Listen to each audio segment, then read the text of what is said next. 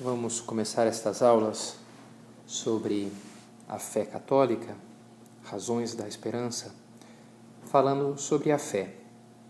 Para isso, vamos recorrer primeiro a uma parábola budista citada pelo Papa, então Cardeal Ratzinger, numa conferência que ele fez em Paris no ano 2000. A parábola conta que um rei no norte da Índia reuniu uma vez os cegos do seu reino para que observassem dentro das suas possibilidades um elefante. Ao primeiro cego ele fez tocar as patas do elefante e perguntou como é que é o elefante. Como um poste. Ao segundo fez tocar a trompa e ele descreveu que era como uma serpente. O terceiro a cauda e disse não, é como uma vassoura. O outro a orelha, o outro o marfim. E cada um que tocou uma parte daquele elefante ficou com uma ideia diferente e todos começaram a discutir entre si, dizendo, não é assim, não, eu que sei como é que é, enquanto o rei achava graça naquela discussão. O Papa se utiliza desse exemplo para colocar um pouco como seria a imagem que o homem de hoje talvez tenha da fé, como algo do âmbito da irracionalidade, algo do âmbito subjetivo, dos sentimentos, mas que apesar de ser algo assim, não racional, não objetivo, algumas pessoas chegam inclusive à violência, a essas disputas, por questões religiosas, essas coisas das quais no fundo não se sabe muito bem do que se está falando, só como esses cegos que têm experiências parciais do que é Deus, do que é o espírito, do que é a vida depois da morte. Então, que o homem não deveria ter essa pretensão de achar que é algo racional pelo qual vale a pena brigar, porque tudo é tão limitado o nosso entendimento acerca disso. Então, a primeira característica que a gente vai colocar para a fé nessa nossa aula é justamente que a fé é sim racional.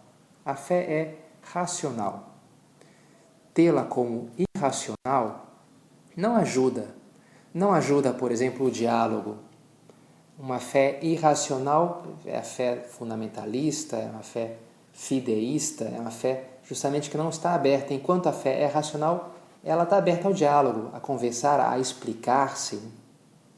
Portanto, a fé cristã entende-se, sempre se entendeu como algo racional. O que é diferente de dedutível, de demonstrável.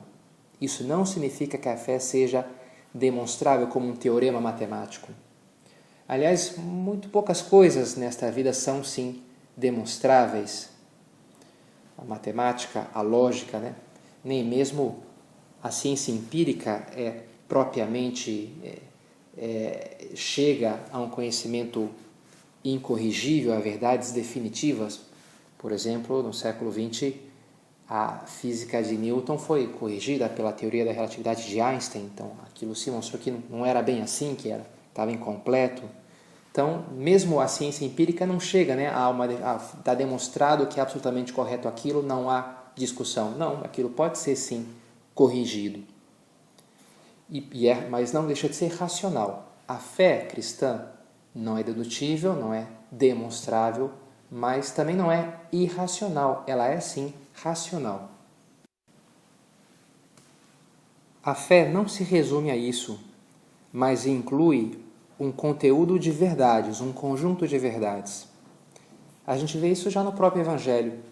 Jesus, ele é apresentado nos Evangelhos como um rabi, um mestre, um professor, que explica as coisas com raciocínios e exemplos, com imagens, com parábolas, para tornar compreensível, acessível. Ele se adequa aos seus ouvintes como um bom professor. E assim como ele, os apóstolos, depois, ao propagarem a fé, vão fazer o mesmo. São Paulo, quando vai falar aos gregos em Atenas, vai se adequar ali, vai citar um poeta grego. Os primeiros cristãos, seguindo o exemplo do Mestre de Jesus, falarão às inteligências das pessoas. não vão propor aqui, olha, tem que acreditar nisso e saltar no vazio. Não, eles vão explicar. Por isso, por entender que a fé é algo racional. É interessante observar, e isso faz o Papa, que nos princípios do cristianismo, a fé se encontrou com vários discursos naquele mundo helênico, ao redor do Mediterrâneo, diferentes discursos sobre Deus, diferentes teologias, que a gente poderia resumir em dois grandes tipos. De um lado, o discurso da religião, o discurso dos poetas, a Eneida, a Odisseia, os deuses, os mitos. E também ia unido a isso os ritos sociais, do imperador, do culto dos povos, aos seus deuses, com uma função social, de identidade do povo, de unificação. Isso de um lado.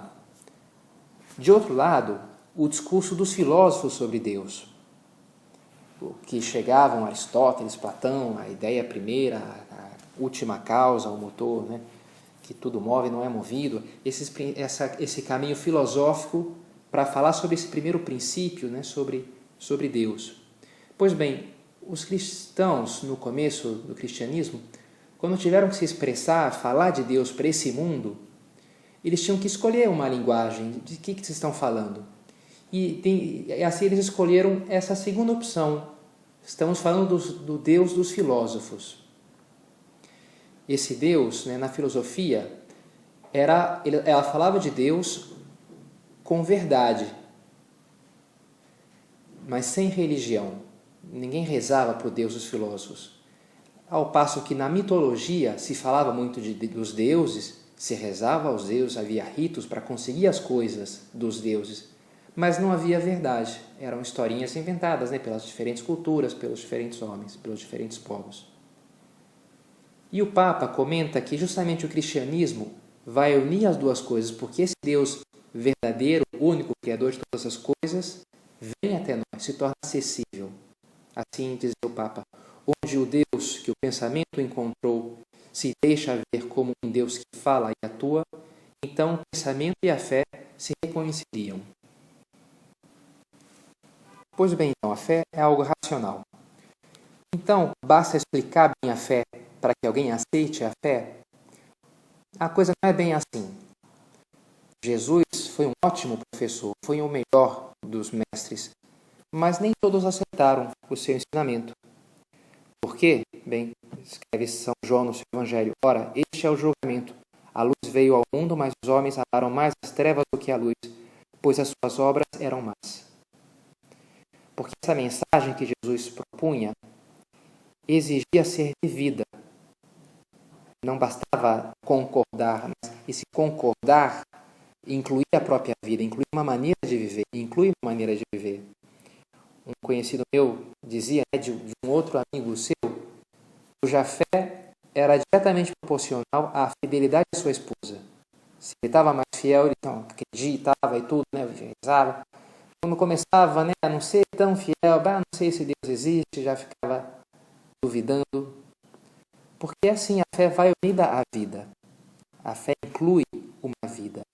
A fé necessita da liberdade. Inclui a minha liberdade.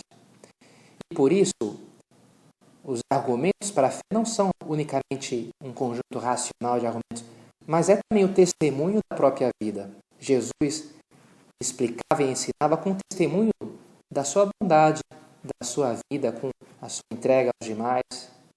Esse era um grande argumento pela veracidade das suas palavras. E assim foi entendido já nos primeiros cristãos, que consideravam o maior argumento, o maior testemunho, o martírio. Dar a própria vida por acreditar naquilo por Cristo, por amor a Deus. Martíria, justamente em grego, significa isso, testemunho. Mártir é aquele que dá testemunho daquilo em que crê, das verdades em que crê, através da sua vida, do seu viver. Uma terceira e última característica que completa a nossa visão da fé é que a fé é também um dom de Deus, um dom sobrenatural. Jesus mesmo diz, ninguém pode vir a mim se o Pai que me enviou não o atrair. A fé é algo livre, uma escolha escolha minha, a fé é racional, mas a fé é também um dom de Deus, que eu recebo dele. Isso é importante, porque hoje é comum falar de espiritualidade como sucedâneo de religião. A minha espiritualidade, ao lado da minha saúde, a minha profissão, a minha família, a minha cultura. Tente-se ver isso como algo que eu construo, algo que eu desenvolvo. Assim como eu cuido da minha saúde, eu cultivo a minha espiritualidade. Pois bem, o autêntico cristianismo, a autêntica fé cristã, não é assim. Não é algo que eu me dou a mim mesmo. Se fosse assim, não haveria verdadeiro encontro com Deus, mas um encontro comigo mesmo, de certa forma. Né? Não é alguém que me dá aquilo, que me salva, que me puxa, sou eu que construo isso para mim.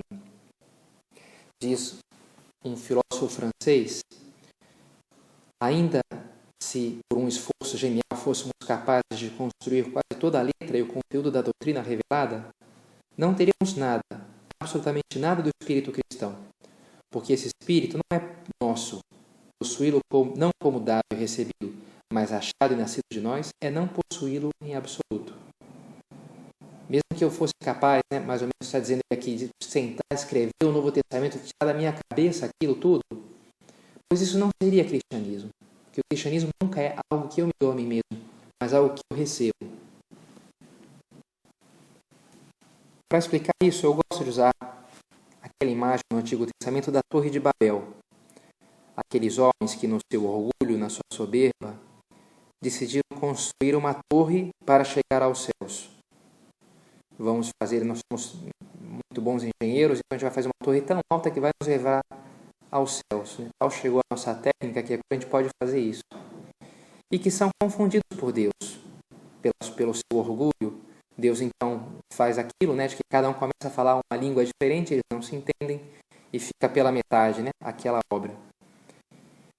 O cristianismo não é a religião, não podemos entendê-la assim, como uma torre que eu vou construir. Seria um orgulho, soberba, impressionante pensar isso. Quem sou eu para saber os caminhos que levam para o céu, o que acontece com a alma depois que morre, como é que é Deus? Eu não tenho a menor condição de saber isso. É orgulho da minha parte achar que eu tenho condições. O cristianismo não tem nada a ver com isso. O cristianismo não é a Torre de Babel. Não é algo que está construído de baixo para cima. É algo que vem de cima para baixo. Uma boa imagem, ao invés em contraste com a torre, é a de uma escada, mas a de uma escada pêncil, uma escada de cordas, a gente pode pensar, cujo apoio não está embaixo, mas em cima, nas nuvens, no céu. E lá, então, ela está bem ancorada. E a partir dali eu consigo subir até os mistérios de Deus, até o céu. É essa mão de Deus que vem e me puxa. É Ele que me salva. Escreve São Paulo aos Efésios. É pela graça que fostes salvos, mediante a fé. Isso não vem de vós, é dom de Deus. Portanto, me parece também essa característica muito importante para entender e completar a nossa ideia da fé. A partir dessas três características, nós temos três meios de crescer na fé. O primeiro é estudar a fé, os seus conteúdos, conhecer, estudar. O segundo é viver a fé. A gente cresce na fé na medida que a gente vive o que é a fé, o conteúdo da fé. E o terceiro meio é pedir em oração. Também, por aí se vê três grandes divisões do catecismo da igreja e também dessas nossas aulas. A primeira, do conteúdo da fé dogmática, que vem resumida no credo de uma maneira especial. Depois a fé vivida, a moral, os mandamentos. E também a fé celebrada nos sacramentos, na oração, na liturgia. E tudo isso a gente pode entender naquela frase do Senhor. A fé é o encontro com Ele, com Cristo, que é caminho, verdade e vida. Um caminho que eu percorro dia a dia com as minhas ações, uma verdade que vai cada vez iluminando mais a minha mente, a minha alma, e essa vida que eu estou chamado um dia a viver, né, do amor de Deus no céu, mas que já agora eu posso ver na minha união com Ele, através da oração, através da sua graça.